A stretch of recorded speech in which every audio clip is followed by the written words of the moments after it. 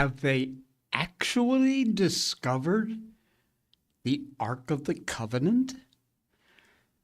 Some say yes. It's a wild and weird and wacky story, and we have that coming up for you. Free solar panels for illegals. Yeah. And road striping.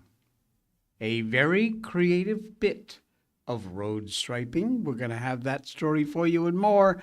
Welcome to the Jay Sheldon Show. It is Thursday, that kind of weird day of the week where it isn't Wednesday, but it's not Friday, and we're here, okay? Thank you for being here. Couple of behind business here to get taken care of. First of all, in morning, Maryland, in our description, it's down there. You just expand. It says see more or whatever. Go down there. You'll see, first of all, the very top link is a PayPal link. If you'd like to donate to the cause of our show here and help fund us, keep us going, you can do that. It's easy. Just use that PayPal link. You can use a credit card. You can use your bank account, whatever it is, and just pass us a little donation. Any amount really is helpful. We appreciate that. And also, of course, our great sponsors, Blackout Coffee, Patriot Mobile, Ground News, NordVPN. They're all in there. Go over and pay them a visit by those links. All right.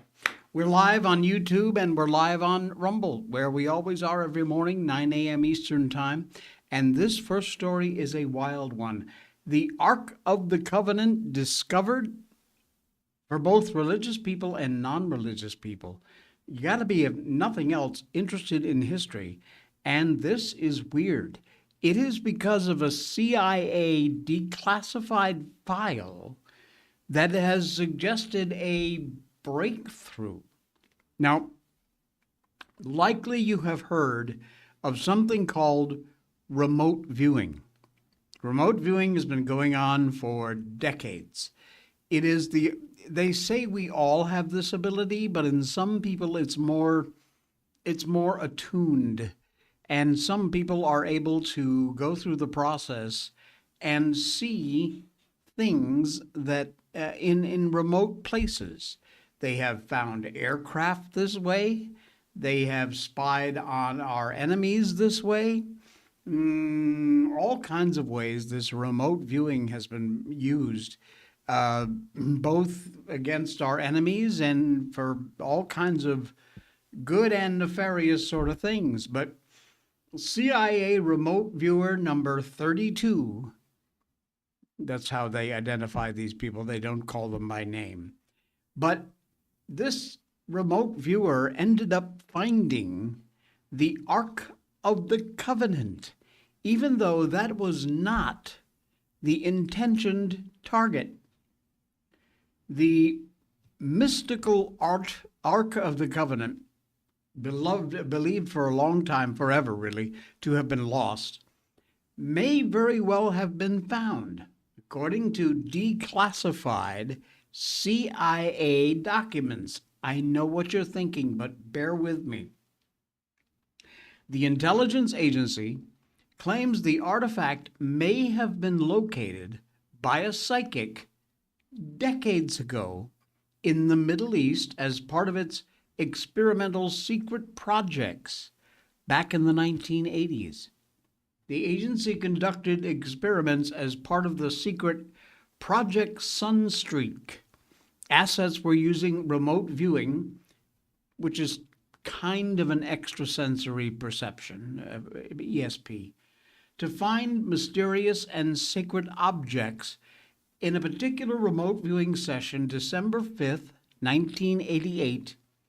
Remote viewer number 32 ended up finding artifacts even though that was not the intended target.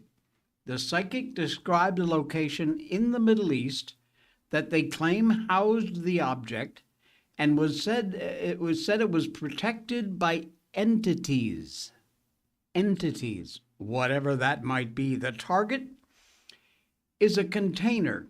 The container has another container inside of it, and the target is fashioned of wood, gold, and silver, and decorated with a six-winged angel. According to the document, this is what the remote viewer saw. The target is protected by entities and can only be opened by those who are authorized to do so.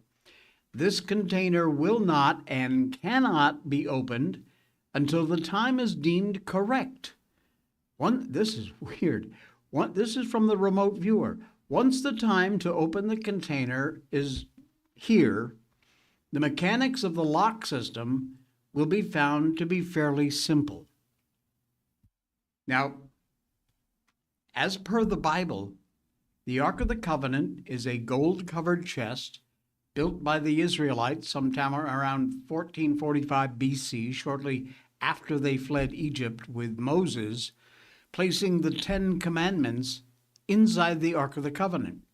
Ten Commandments, a list of course directive given to Moses by God, including rules like thou shalt not kill, honor thy mother and father. The Ark of the Covenant has been a prominent item in popular culture. Globe-trotting adventures, archaeologist Indiana Jones, of course, that very famous whatever one of the series of Indiana Jones films it was. In fact, if I'm not sure, Raiders of the Lost Ark, there you go. Jones attempting to uncover the artifact. As the news just recently went viral, the majority of social media users were poking fun at the CIA for using a psychic to discover the artifact, with some agreeing with the claims. It has been well known for decades that potentially it is in Ethiopia since King Solomon's time, or in a cave underneath Jerusalem where Jeremiah hid it. One user added, I talked to Indiana Jones. He said he found it. True story. Yeah. Okay, fine. The third comment, what? Surely it's not April 1st yet. Perhaps this item was wrongly included today. Notably, there is no credible scientific evidence that remote viewing is a thing. They have been using it. It has, in many cases, been strangely successful. Like I said, a plane went down somewhere in the jungles of Africa. No one could find it. A remote viewer gave them the exact location, whatever what do they call it? The lines on the earth, the latitude and longitude, that's it.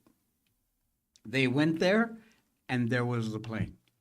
So call it what you will.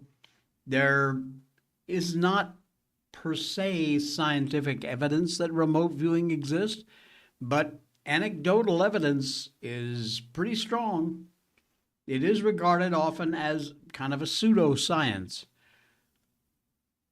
But there's plenty of cases where these remote viewers have indeed been absolutely 100% correct.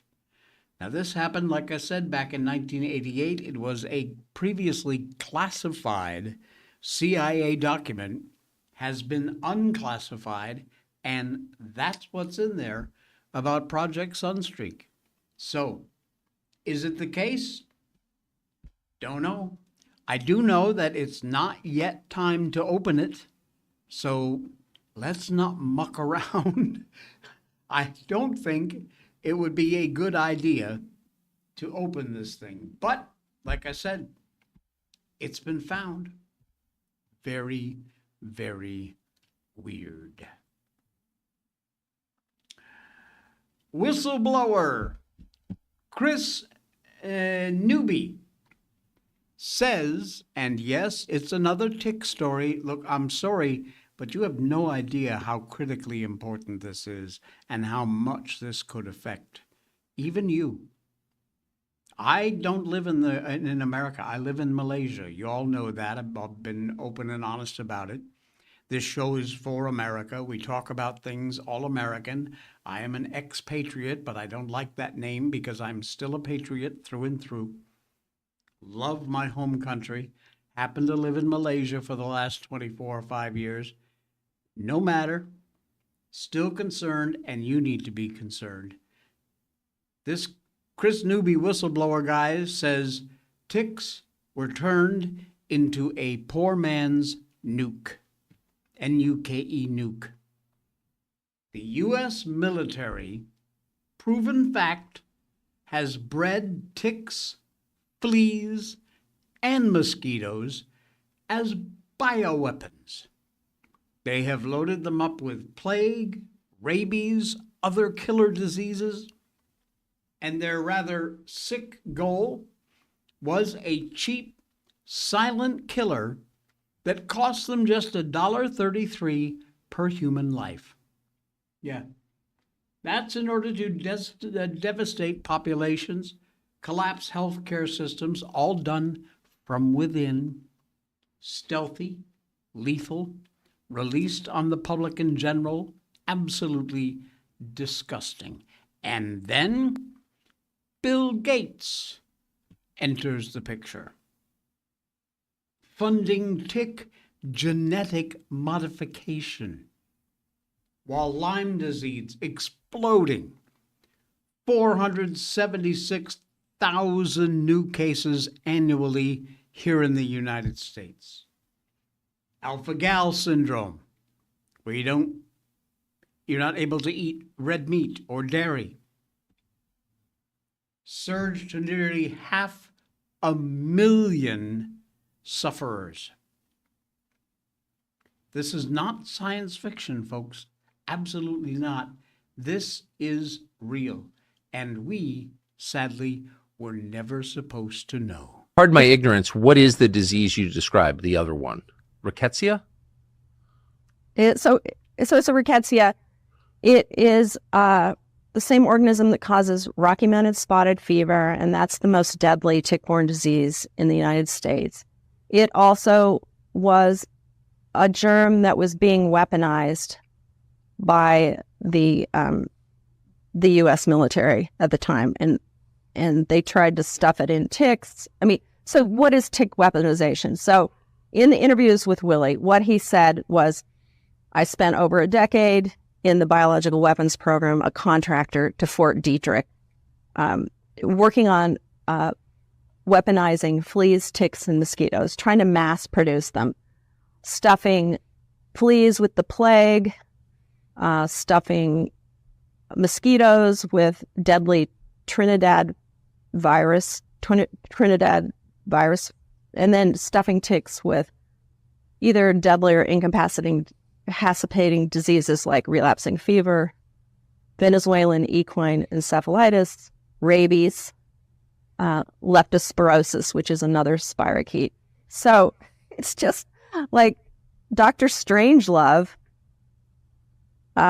trying to make new diseases, mixing bacteria and virus in ticks with the intent of, this is the perfect stealth weapon. It's poor man's nuke. You drop these insects on an enemy. It weakens the population. It ties up the medical resources, but doesn't destroy infrastructure like a nuclear bomb would. And in one report from a bean counter in the military, they said, tularemia, which is tick-borne tularemia, also rabbit fever, we can kill 10,000 people at $1.33 a life. $1.33 a life. Ain't that nice?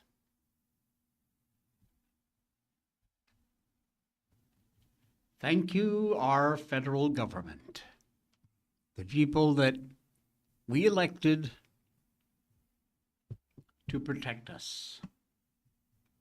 All right, look, you might want to get a piece of paper and a pencil and write some of this stuff down, because I have gathered together a bunch of important information, because dealing with ticks these days is almost priority number one.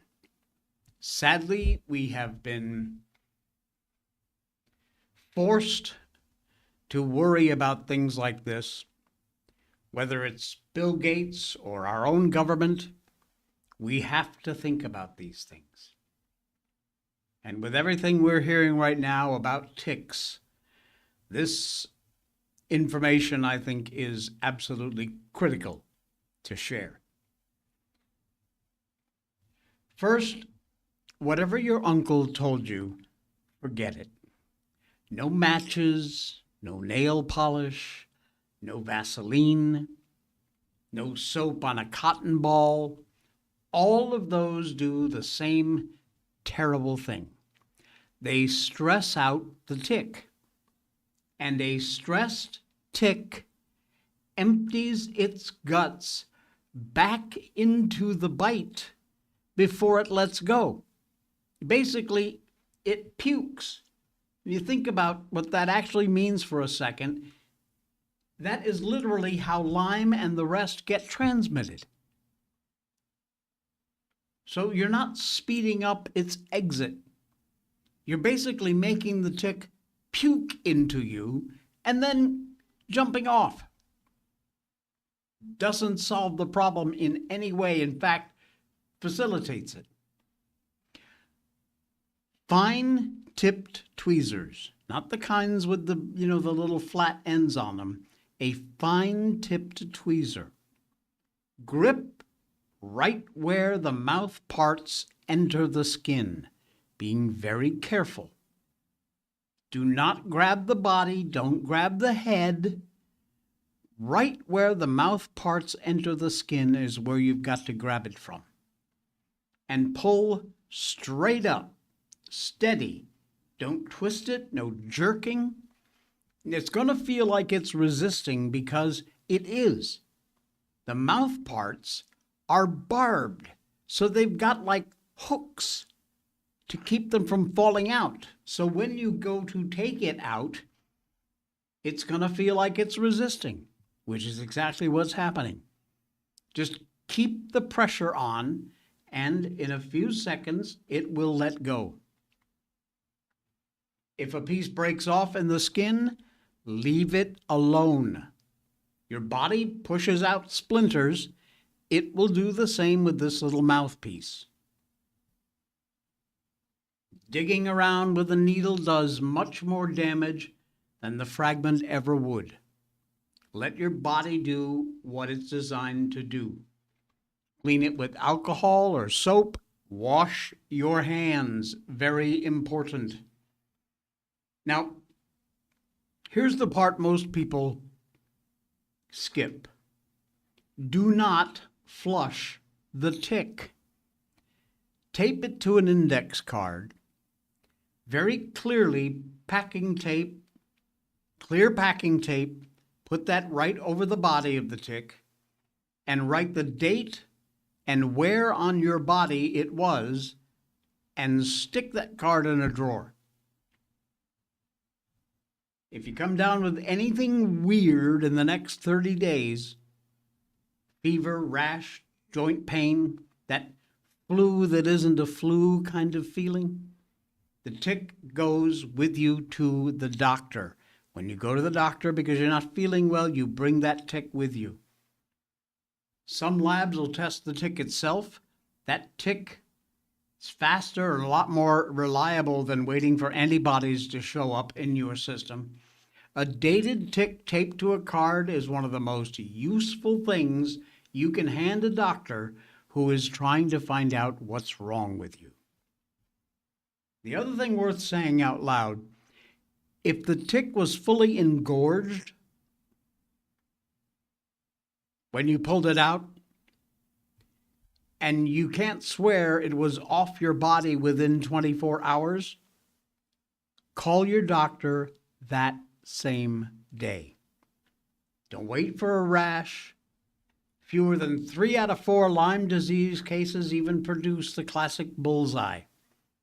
Single preventative dose of doxycycline within 72 hours of a deer tick bite cuts the Lyme odds way down. Most docs in tick country will write that prescription without giving you a hard time, especially if you walk in with a tick taped to a card and a very clear timeline. And just so you've got some idea, this is a tick on the left that has not yet eaten, and that on the right is what it looks like when it's full of your blood. Disgusting, I know, but you gotta know these things. They're critical. Really, really important. Scary that we gotta deal with this crap, but there you go. Good morning, Danny. Every gas pump was glitching this morning and ran me late for the show. Last night I was have to go into the gas station in the morning. I looked like Shrek. that I can't quite imagine. Oh my. I forgot my coffee this morning. Well, I had a cup already, but I forgot to bring one into the studio with me. All right. No charge for a Texas dad who did the right thing. Here's another good news story for you. A U.S. father, this is a horrible story, but here you go, who found his 5-year-old daughter being raped, beat the attacker to death, and he will not be charged, according to prosecutors. Good. The 23-year-old man told police he found the girl being assaulted on Saturday, June 9th, by Jesus Mora Flores in a rural part of southern Texas. A grand jury has declined to indict the man, finding that he was allowed to use deadly force to protect his daughter. The father has not been named in order to protect the identity of the daughter. The Lavaca County District Attorney and Sheriff announced the man would not face charges. They held a press conference Tuesday of this week. A witness who saw Flores abducting the girl to a remote spot raised the alarm. The father ran towards his daughter's screams as he found her being attacked and inflicted several blows to the man's head and neck area. Recording of the father's 911 call was played at the news conference, in which he tells a dispatcher he beat up a man he found raping his daughter. Police struggle to locate the family ranch. Father swears and tells the dispatcher, "Come on, this guy's gonna die on me. I don't know what to do." Emergency crews who responded to the father's 911 call found Flores' trousers and underwear pulled down. He found his lifeless body in that condition. Medical examiner of the girl at the hospital backed up the father's story. She had been sexually assaulted. The father was investigated for homicide, but not arrested. Good. There you go. Fan-freaking-tastic. We love stories like this. Insane. All right, I may have missed my cup on the show today, but there is never a day that should start without good old Blackout coffee.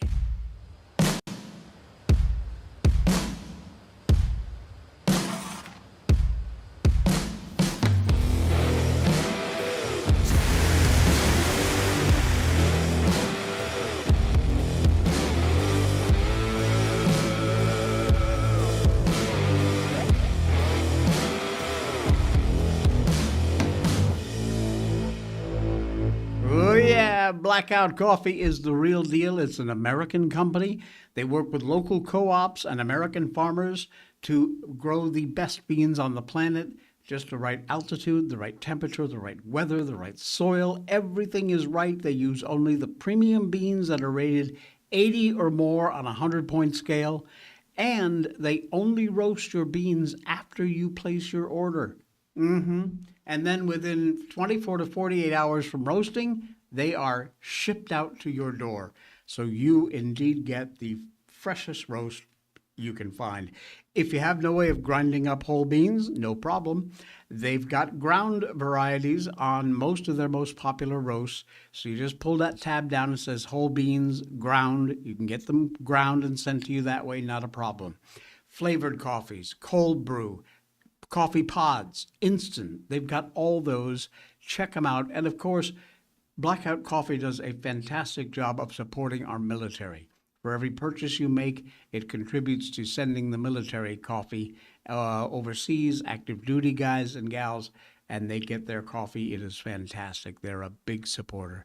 John Santos and the gang at Blackout Coffee do an amazing job, an all-American company that simply makes a big, bold, full-flavored coffee that is never, ever bitter. Blackout Coffee. Check them out. Use the link in our show notes. All right. Well, you think you've heard it all?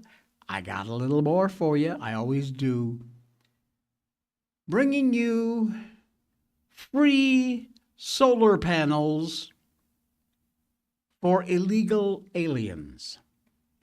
Now, when you hear that, which frankly sounds a bit like satire, because the reality behind it is so incredibly bonkers, you probably thought to yourself, I'll bet this is in California. Well, guess what? It is. Yet another example of the Golden State's endless grift. Turns out the state is paying for free solar panels, refrigerators, and more for folks who are not in this country legally. Why? Oh, you'll love the answer. Why? To stop climate change. Or maybe just to line the pockets of the legion of non-governmental organizations and interest groups who stand to profit from this scheme. And it is a scheme.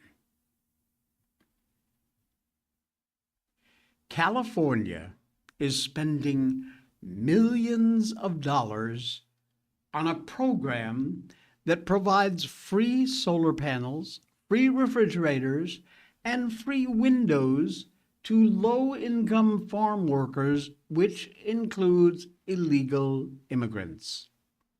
The initiative is called the Farm Worker House component of the Low-Income Weatherization Program, and it's part of California's sprawling multi-billion-dollar, $3 billion a year for energy programs and left-wing social causes, all under the banner of fighting climate change, which, if you're an audience on this show, you know is just a crock of crap.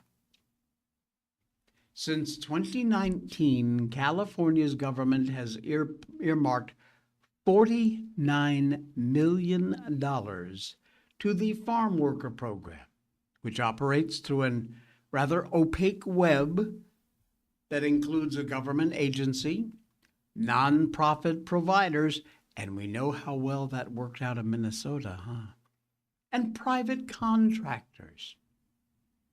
Have you ever heard of anything more peak California than this crap?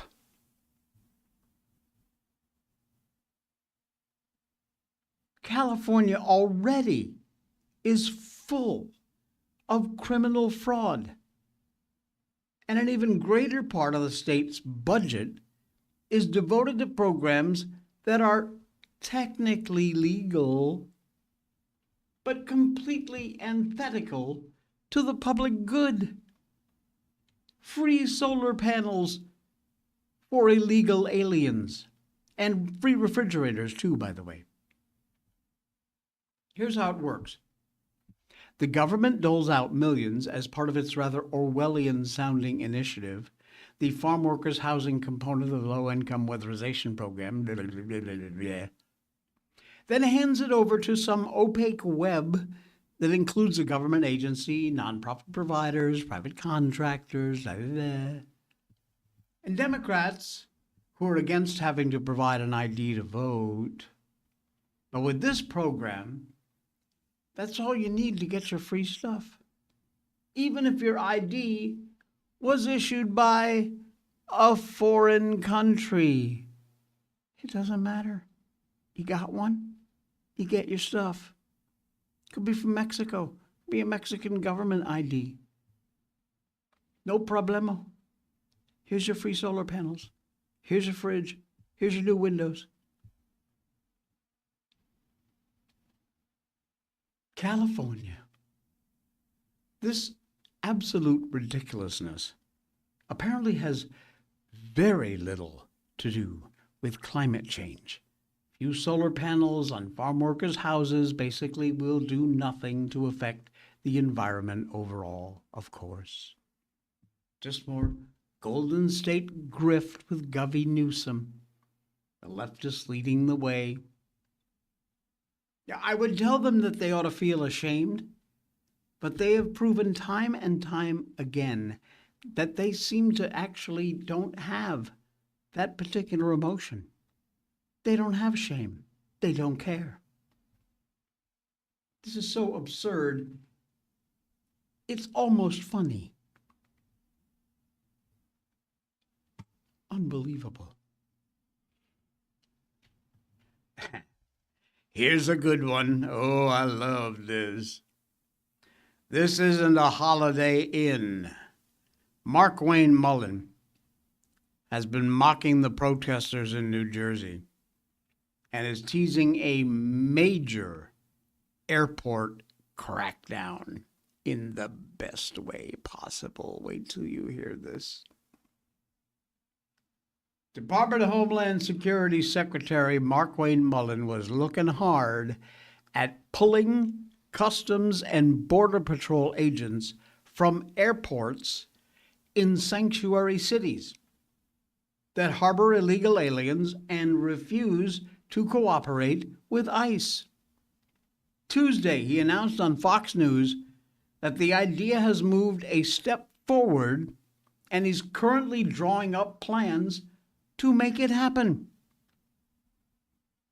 Secretary Mark Wayne Mullen announces that DHS is drawing up plans to block all international flights into sanctuary cities by ending customs screening there. And he can do it, and it would devastate those cities. Let's say San Francisco, blue city, fighting ICE all the time. Law enforcement does squat all nothing to help them out. Fights ICE at every corner. Customs. So what does ICE do? They pull out of the airport. No customs, no inspection. And if you don't have that, you can't have international flights coming into your airport. Sorry, don't work that way. You pull customs out of an airport, there are no international nothings going on. And he's serious. He will do it. They're drawing up plans right now to block all international flights into sanctuary cities by ending customs screenings there, which would devastate these cities. Mullen's doing it as a direct result of these sanctuary city morons refusing to cooperate. Good. This is what we need, consequences that actually hurt. You can't do that. You'll destroy our city. Good. Crimea River. Purple-haired morons fighting ICE at every corner. He says, why are we processing international flights to the airport there? Currently, which we're not issuing it yet, but we're currently drawing up plans to say, listen, in these sanctuary cities where the local radical left Democrats are not letting us do our job and enforce federal laws, well, then we shouldn't be processing international flights into their cities either, because they don't want us to enforce immigration, but they want us to protect immigration at their facilities. It doesn't work that way. This is an epic idea. Epic.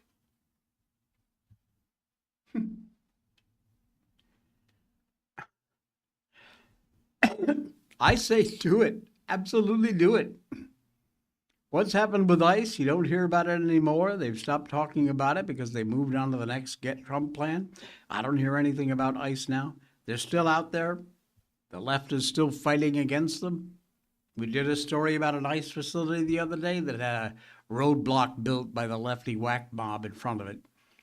Well, now our secretary is finally doing something that actually will hurt these cities if he goes through with it. I cannot think of anything better. Make them feel the consequences. Make them feel the consequences. Pull customs out of the airports. See how you deal with that. I love it. Hey, Pam Bondi is back in the news because she's back. She had apparently a rather secret battle with her health, which has been revealed, and she has surprisingly returned to Trump's White House. How about that? Former Attorney General Pam Bondi, rather quietly battling thyroid cancer in the week since she left the top post at the Justice Department. Katie Miller has highlighted Bondi's private fight Tuesday night, praising the Florida powerhouse for kicking cancer's ass with the same grit and determination she has always shown in her fight for America First values. On X, she wrote, "Pam has a heart of gold." Shared a screenshot of an Axios report that quietly tucked away the revelation in a story about President Trump tapping Bondi for a key role on the White House AI advisory panel. Former AG underwent treatment and is recovering. Trump's decision to tap Bondi for this Presidential Council of Advisors on Science and Technology, PCAST, puts a rather trusted ally right at the center of administration's pivotal AI policy efforts. She's going to help coordinate between the White House, top tech executives on the panel. That includes figures like NVIDIA's Jensen Huang, Meta's Mark Zuckerberg, the absolute ass, and Oral's Larry Ellison. He's president's touted the panel as an effort to ensure America's AI strategy prioritizes national security, innovation, dominance over communist China, rather than just big tech's progressive agenda. So Pam Bondi's back in the White House, and that is some good news indeed. Yes, indeed. Where do you get your mobile service from? Is it Patriot Mobile? Why not? When you choose Patriot Mobile, you're not just picking a wireless provider. You're choosing a company that shares your values.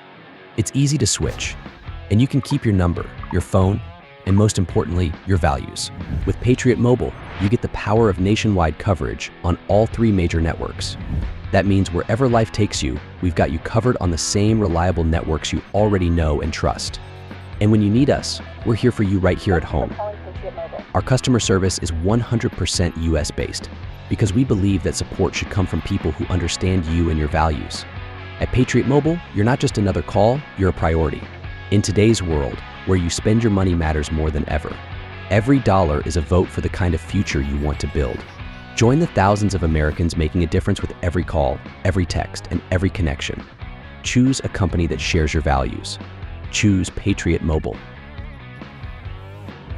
Oh yeah, patriotmobile.com/J is the link. It's down there in our description. Make sure you know where your money's going. Don't be backing lefty causes. We talk about it all the time here on the show. patriotmobile.com/J, and use that promo code J when you sign up. And I'll pay your first month's bill if you do that. Yep, your first month is on me at Patriot Mobile when you use our link or use the code J, and you'll get that first month absolutely free. Patriot Mobile, the link is in our description down there below. Be sure and pull down that little show more and go for it. All right. The Hoover Dam The Hoover Dam has just delivered probably the most American thing you're going to see all this week at least. Now, as we celebrate our 250th anniversary of our independence, you're going to see a lot of Americana stuff out there. And while a lot of the left spent Memorial Day weekend protesting and posting takes about American guilt, the Trump admin lit up Hoover Dam with a 300-foot American flag and 500 LED lights blazing red, white, and blue into the Nevada Canyon walls. That display is going to run every night through the 4th of July, and that is the kind of America 250 celebration this country really needs. Yes, of course, we have video. It's short, but it's absolutely fantastic. This, my friends, is the Hoover Dam.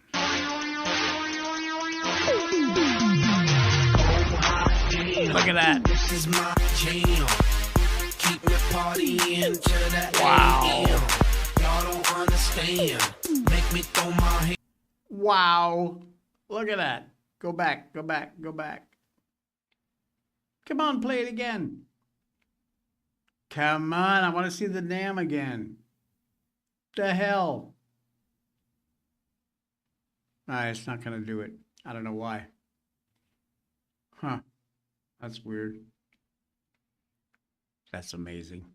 The numbers were staggering. More than 500 automated LED lights powered by the dam's own hydroelectric generators run on 126,000 feet of wire installed by 30 lighting technicians. The flag itself that you saw there on the dam hanging, 2,000 pounds of flag, covers roughly the size of a football field. Took 5 days of sewing just to get it ready. It also has previously, that flag, flown at the Indianapolis Colts and Las Vegas Raiders games. Organizers called it the most ambitious long-duration installation ever put together at the site. Bureau of Reclamation Acting Director Genevieve Johnson set the patriotic tone from the podium, said, "Celebrations like tonight's highlight the value that bind us, service, sacrifice, and the enduring belief that we can build a better future together. It is a fitting tribute on Memorial Day as we honor the men and women who gave their lives in service of this country." That Hoover Dam went up in the middle of the Great Depression, 21,000 workers over 5 years, sadly resulted in over 100 deaths. There were no DEI consultants, no environmental impact statements. You could never build the Hoover Dam today. It wouldn't work. No 6-week public comment period. They built it anyway. Nearly a century later, the Hoover Dam still delivers water, still delivers power across the Southwest. Concrete folks don't care about news cycles. What a fantastic, weather permitting, that's going on. If you happen to live in the area, or you can get out there to the Hoover Dam, runs every night through July 4th, and then Saturday fireworks shows scheduled throughout June and July as the bigger America 250 celebration continues. Nice job, folks. Nice job. All right. Well, Trump is proposing a rather big expansion, hope you're sitting down, lefties, of hunting rights on public lands. Oh, yeah.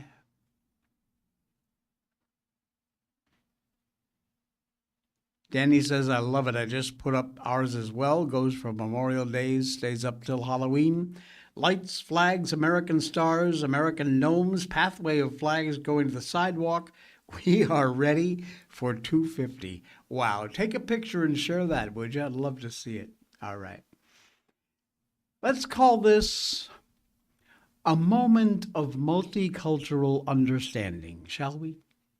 An administration led by a real estate developer from Manhattan is proposing a federal rule change that will substantially improve access to public lands for hunting and fishing. But there is a very important proviso. As federal rule changes get a public comment period, anti-hunting groups certainly are going to flood the zone with opposition. We need to laugh at them and ignore them, maybe in that order. You can comment on the proposed changes. There is a website. Scroll down below the comment form. You can read the proposed rule changes in detail. Matter of fact, can I do this in the chat or not? Why can't I do my own chat? What's up with that? That's really weird. I don't know why. Oh, here I can. Okay, I'm going to post. It's a little weird, but that's the link to go over on the comment section if you want. Check it out. You got to do that by June 26th.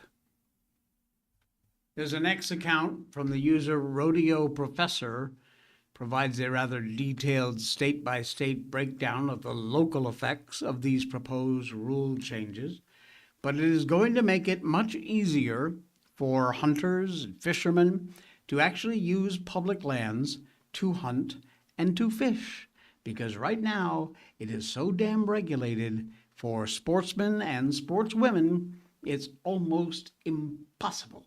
But with these new rules from the Department of the Interior, National Park Service, Bureau of Land Management, the rule changes proposed this week affecting public lands all managed by the U.S. Fish and Wildlife Service includes open hunting or sport fishing opportunities for the first time in 14 national wildlife refuges and 3 national fish hatcheries.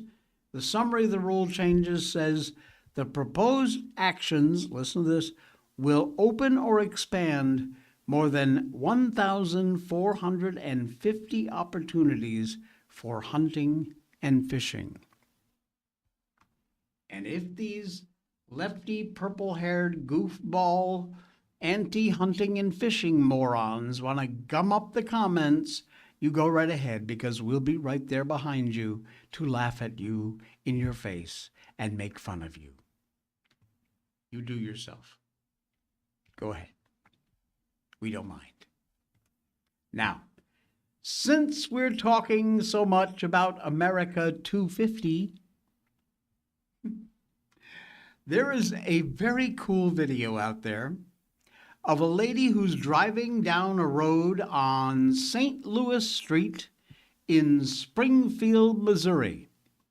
She is driving exactly 30 miles an hour, and she does so because the rumble strips on the side of her lane of the highway create a melody. This just opened up recently. The song was chosen as a tribute to America's open road, the spirit of Route 66, and the upcoming America 250 celebration. It is so cool, and I will tell you, it just so happens that the song is my favorite song of all time. Not my favorite patriotic song, although it is a patriotic song. It is simply my absolute most favorite song ever. And if you know the song, you should know that there are 5 or 6 verses to the song that almost no one ever hears, each one more beautiful than the rest. So, you want to go for a drive on a highway in Missouri? Here's how that will work out for you. Turn it up. 30 miles per hour, exactly, on this stretch of road on Route 66 in Springfield, Missouri. This is what you get.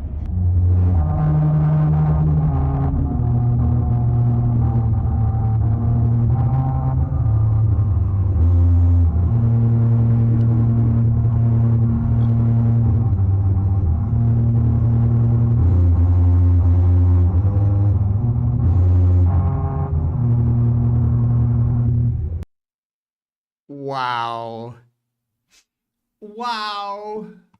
Oh, man. That is too cool. That is too cool. America the Beautiful on road bumps. Wow. Isn't that weird? Apparently you have the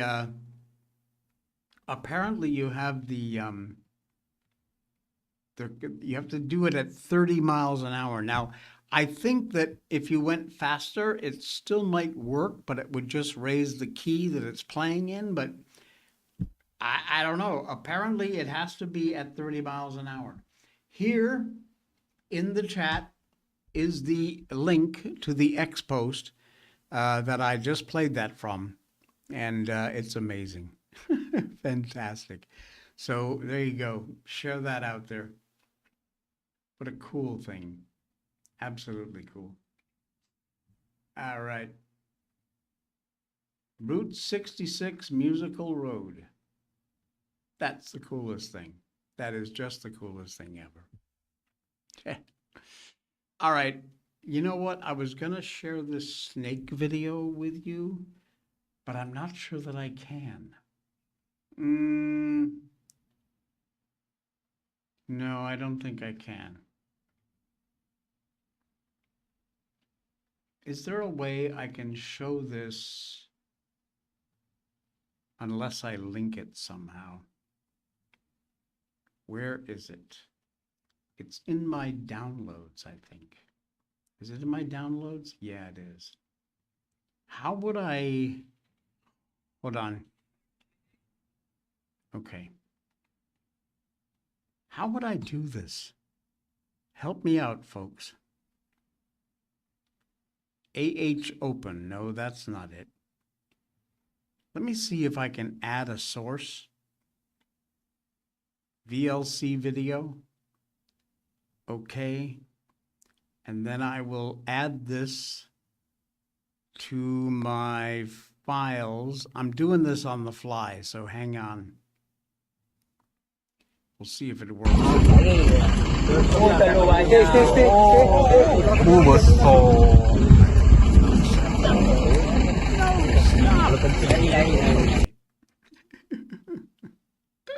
Where is it? Come on. There we go. See that?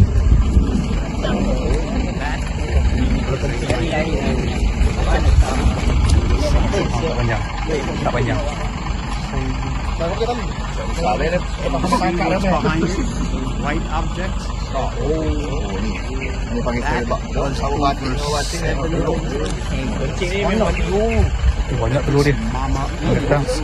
Mama guarding his nest.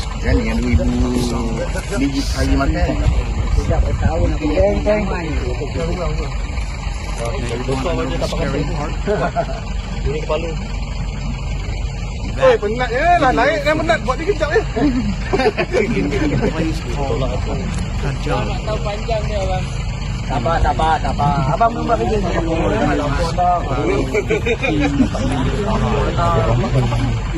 from where I'm sitting right here. Yeah, that's one of the many fun things we get to deal with here in Malaysia. That huge python and some 70 eggs she was guarding plus was in a town 15 minutes from me. No, thank you. No, thank you. Where's Bobby Kennedy when you need him? Yes. I think even old Uncle Bobby would have a bit of a problem with that python. That is not a little street racer snake or whatever they're called. Oh, man, a Shevitz, that is huge. Karen, glad to have you along here. All right, folks, I think we're done. We put a cap on it.